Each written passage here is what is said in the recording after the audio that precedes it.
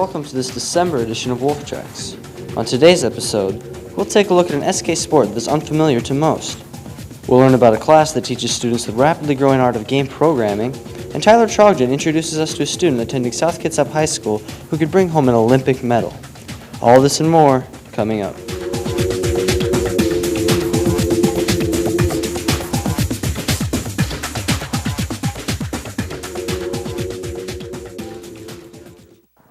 Hello everybody, I'm Kenny Kemper and welcome to this December edition of Wolf Tracks. It's that beautiful time of year again. The days are short, the weather's cold, and the lights are up. Most residents in our area know that South Kitsap High School is home to many competitive and successful sports teams. The Wolves send teams to postseason competition every year in a wide variety of sports. But here's a relatively new team you might not know much about. Take a look.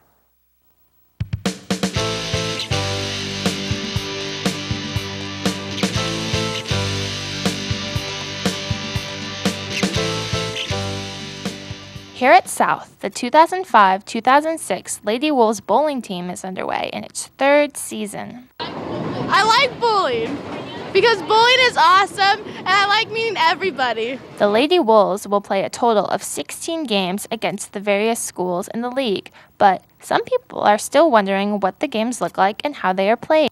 What happens is you take your top 5 bowlers from our team and they bowl against the opponent's team. And then what happens is it's a total pin count. It's our bowlers' top scores for a game one versus their game one. So we try to match up sort of head to head a little bit or helping out. And sometimes if a girl's having a tough game, then somebody else steps up and improves their pin count. So we're looking at overall total pin count. Teamwork also plays a major role during the matches. People always encourage others, even if they're doing bad. We're always there for one another. The team captain for this year is senior Sarah Jo Wag. After bowling for South for the last 2 seasons, I found out her plans for the team this year. Being team captain, I want to lead the team in a good reputation. Not everything's about winning with me. I mean, if you do good, that's good. But it's just being able to be that SK team. I remember I played in SK. They were cool. I want a good reputation more than a good win. With a total of 28 girls on the squad, the coaches seem excited to get them to work together. I think we're going to work on having a group of girls who have been bowling a long time to come together as a team, to unify and be a strong group together and helping each other out. I'm starting to see that more on the lanes now than ever. With a record so far of 3-1, the Lady Wolves seem like they are on a roll. And all I can say is, roll them high, roll them low. Come on, SK, go, go, go.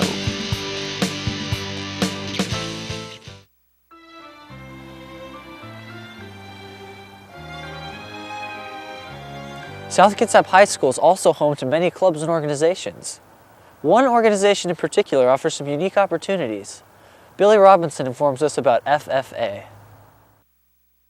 South Kitsap High School, home of the SK Wolves and about 2,500 students. South Kitsap has many opportunities, but none as unique as the FFA. Now let's go to Mr. Vetter with some of the details.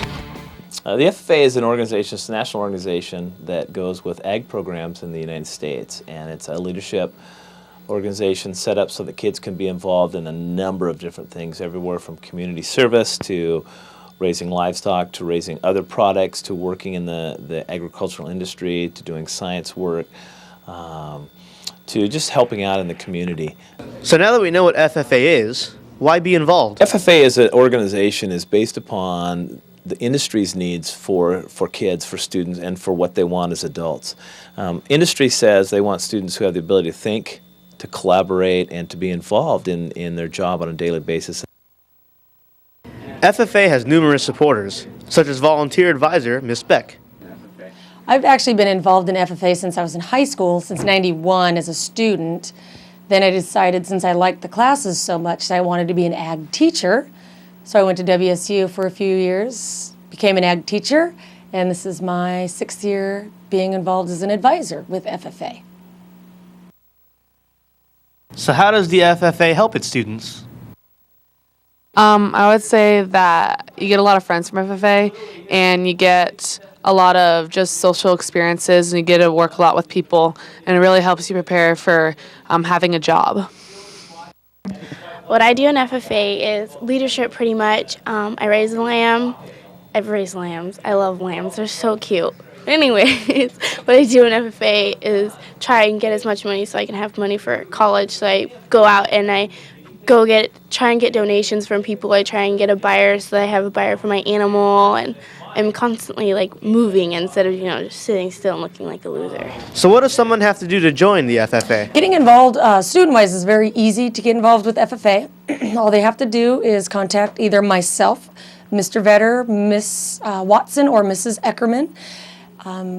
Come to our meetings every other Thursdays in my room.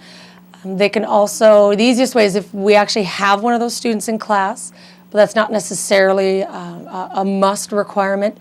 So they can either come to a meeting or talk to one of the advisors.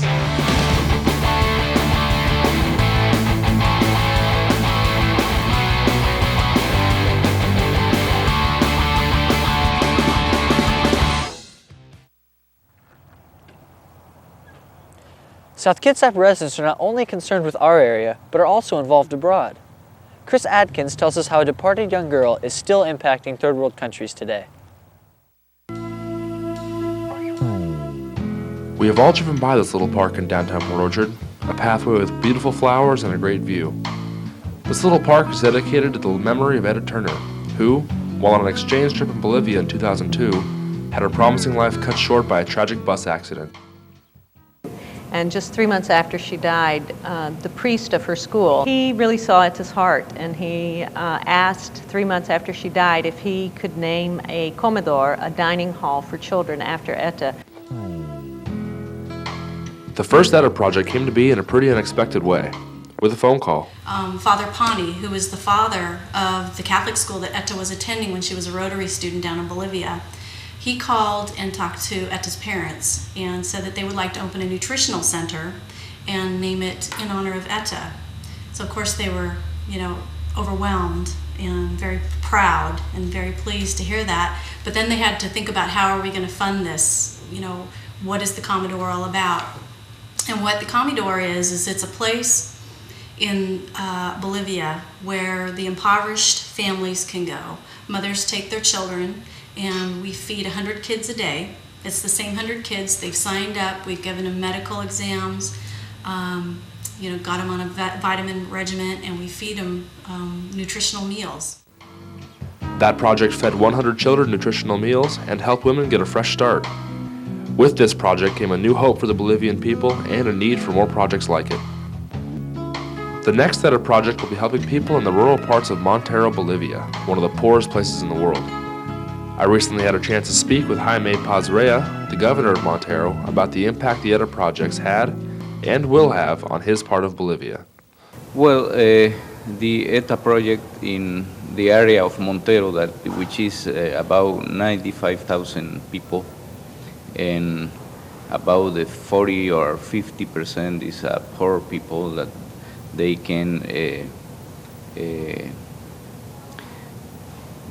can have enough money to feed their families.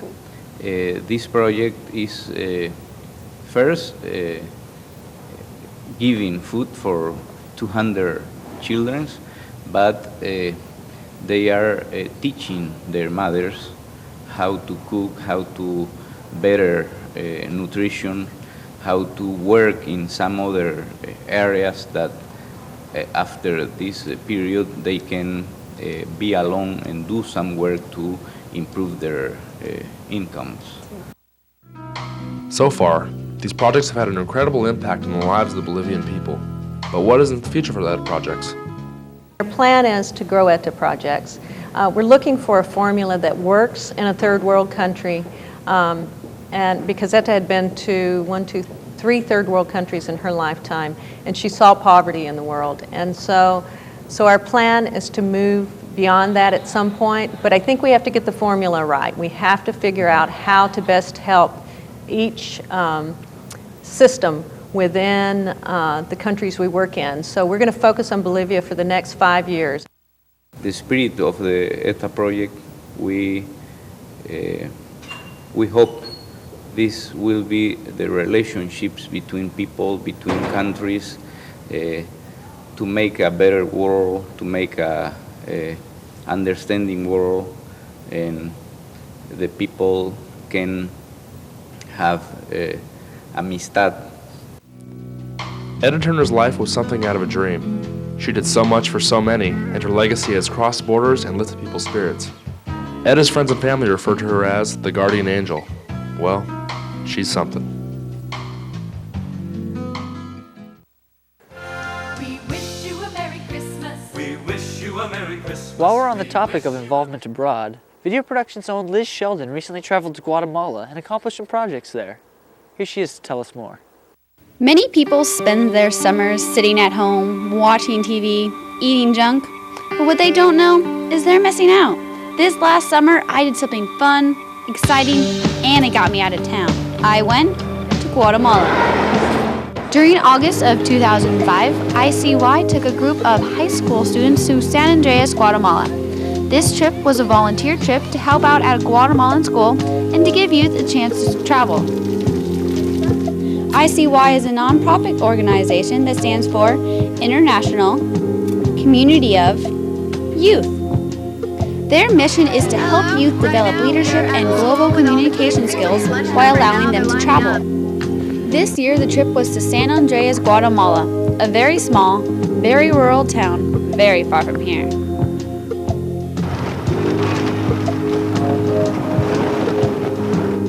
Have you ever seen a monkey? I mean, outside of the zoo? I have. Guatemala is home of two types of native monkeys, spider monkeys and howlers. Have you ever explored ancient Mayan ruins and climbed to the top of the tallest pyramid outside of Egypt? I have. Tikal, the place you're looking at right now, is home to the famous Temple 4, one of the tallest pyramids, second only to the Great Pyramids in Egypt. Have you ever? Well, I'm not quite sure what I'd call this, but it was one of the dance pieces at the Miss San Andreas pageant. Not quite sure how dancing mice figure into beauty queens, but it was definitely entertaining. During this trip, I saw and did things that I may never do or see again. I saw an army of ants stampeding across the trail, swarms of bats streaking across the sky, and beautiful landscape, which I will never forget. While down there, we built a wall, painted 2 rooms, built shelves from scratch, and designed a beautiful mural all the way from blueprints to finished product. During all of this, I had a blast. Dances, hanging out with little kids, and meeting a bunch of new people from all around the world. This, what you're seeing, is a meal we like to call the dengue. The dengue. This is the dengue in its full form. Overall, this trip was an amazing experience. It has changed my views on the world and showed me how lucky I am. I now know I want to travel more and see all that is out there. Also, I now understand that I know next to nothing about what's really out there.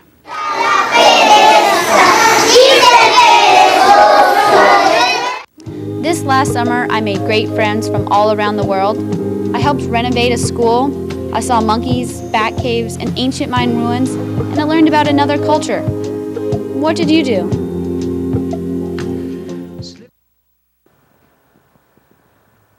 It seems like video games are on almost every kid's wish list this holiday season, and even some adults. We live in a very fast-paced and technology-oriented society. In this next story, Aaron DeHoff shows us how some SK students are keeping up with the times in a game programming class.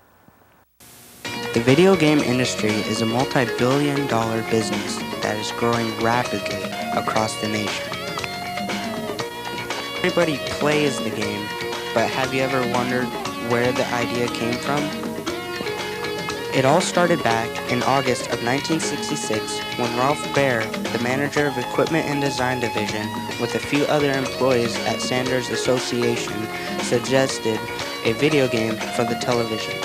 A year later, Rush designed a game called Pong.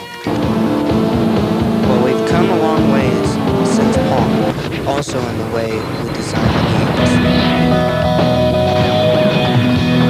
at South, we offer a gaming class where you create and design games using Blitz Basic.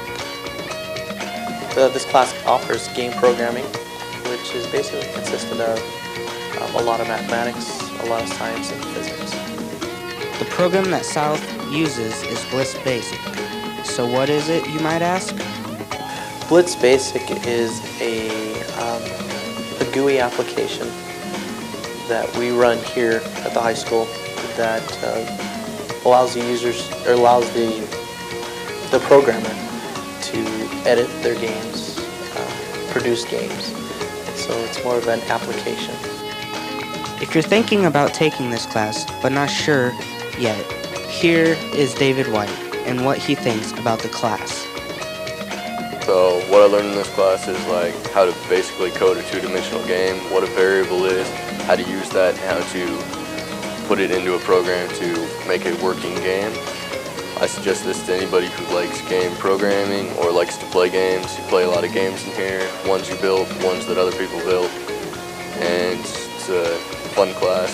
It's pretty easy if you know, you pay attention, and you can catch on pretty quickly if you don't know. This class teaches you how to make a two-dimensional game and how to make a text-based game. So what's the difference? A two-dimensional game is a game that is not games that are developed today. I'll give you some examples. One would be the first Mario, Nintendo Mario. Another game would be Sonic the Hedgehog. So they're two-dimensional surfaces. There is no three-dimensional world. So you would actually have a program that sits on a 2D surface rather than a three-dimensional surface. A text-based game is all text-based. You are introduced into your own choosing of your game. So it's choose your own story. As you get into the game, it will actually prompt you. You have to read through the game. With those prompts, you decide whether to engage in one aspect or another aspect, and it's basically a choose your own adventure type of game. If you like playing the game, maybe you would like creating your own game. Imagine your own twist and spin on your favorite character or game.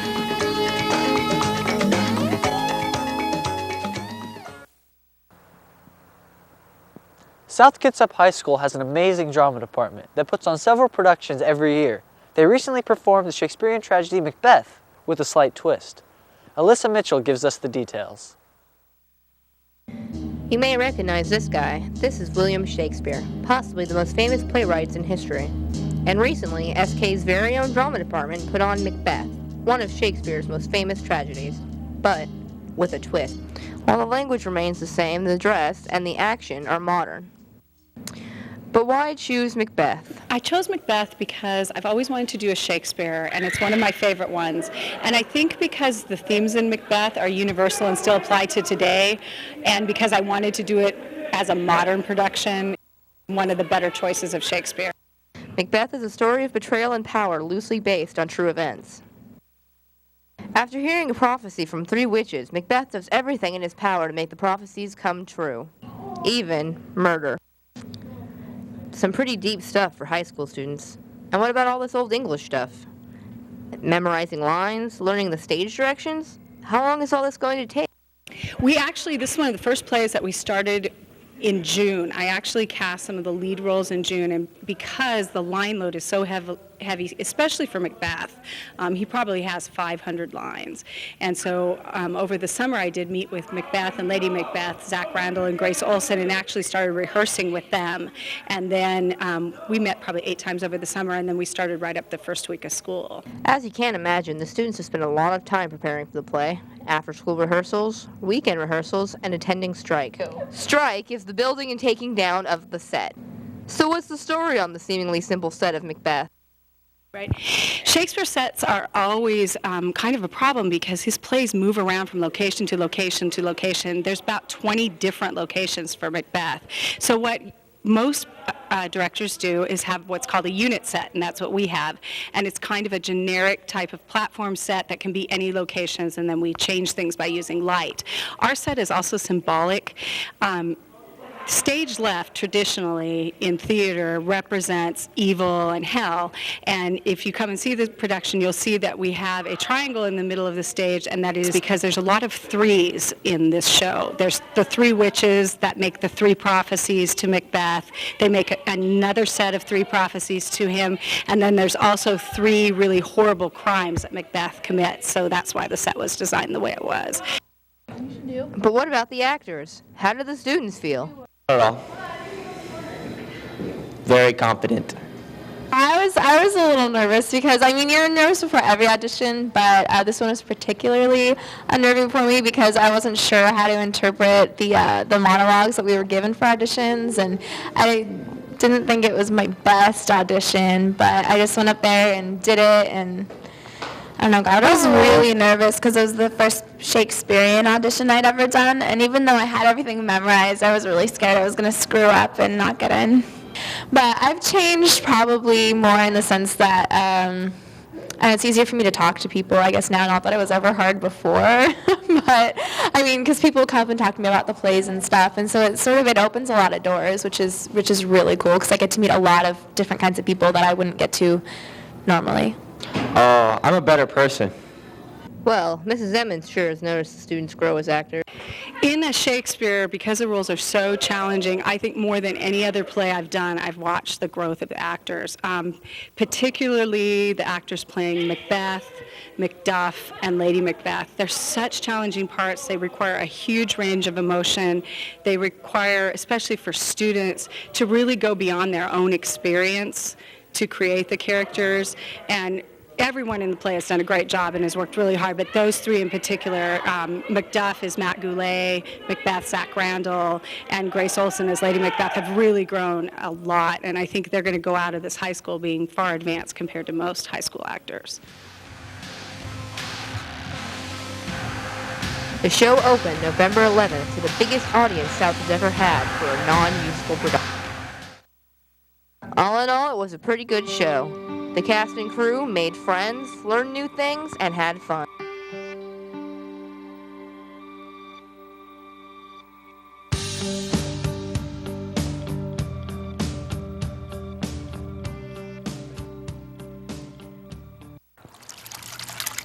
Many of you who are watching the program today are viewing through SKTV, cable channel 205.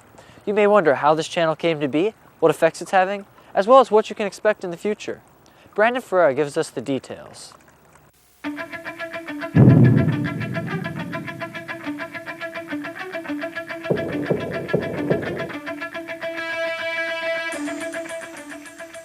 Some of you have seen SKTV. Chances are you're watching it right now.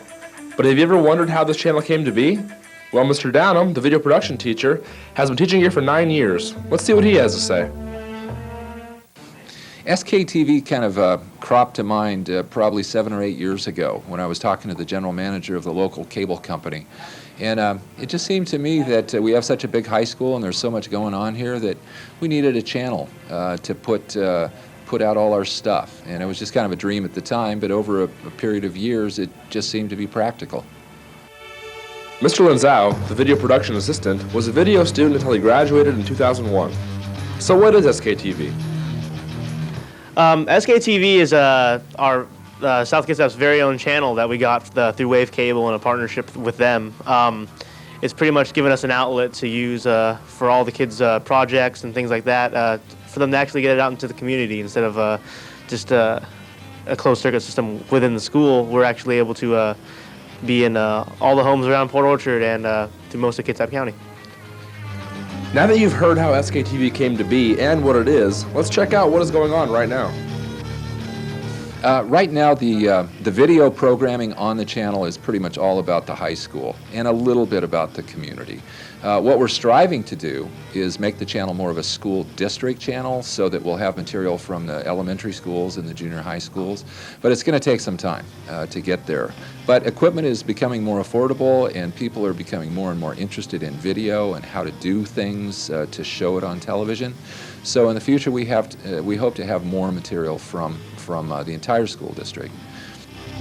I asked Clayton Pate, a third-year video student and the regular director of WTV, what goes on SKTV. Oh, what goes on SKTV? Well, we put everything we do on SKTV. WTV, which is our morning announcements, runs a couple times a day. We do sporting events, talent show. We're probably going to do Battle of the Bands this year.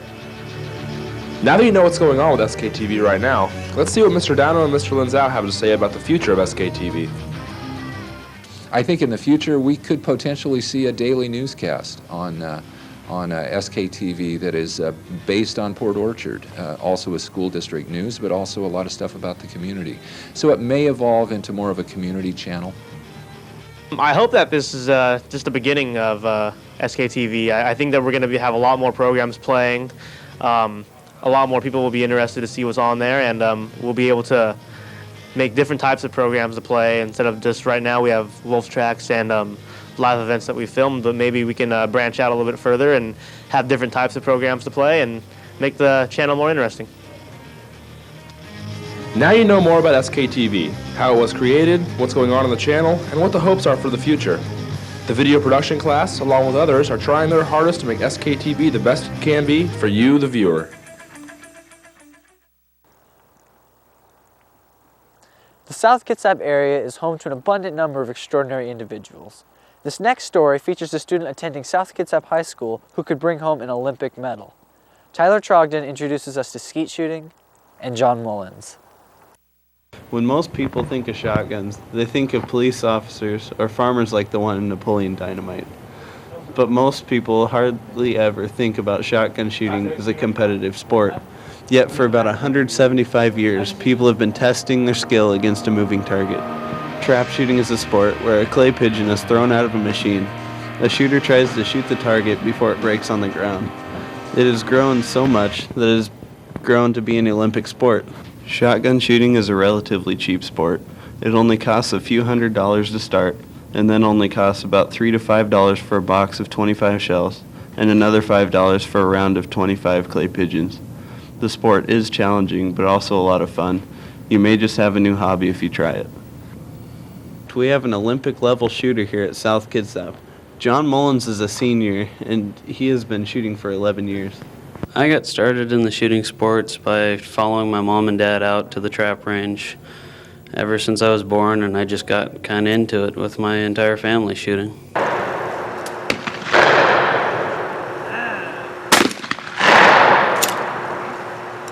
My goal ultimately is to win a gold medal in the 2008 Beijing Olympic Games.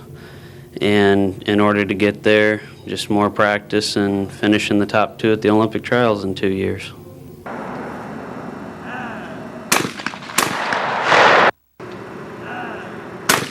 I average shooting 100 targets a week, 25 to 50 on Thursday night, and then Saturday and Sundays usually competitions. My longest streak of targets I've ever broken in standard American trap is probably over 400. In international trap is probably about 135. Keep looking for John Mullins in the newspaper because he hopes to be the next big thing out of Port Orchard.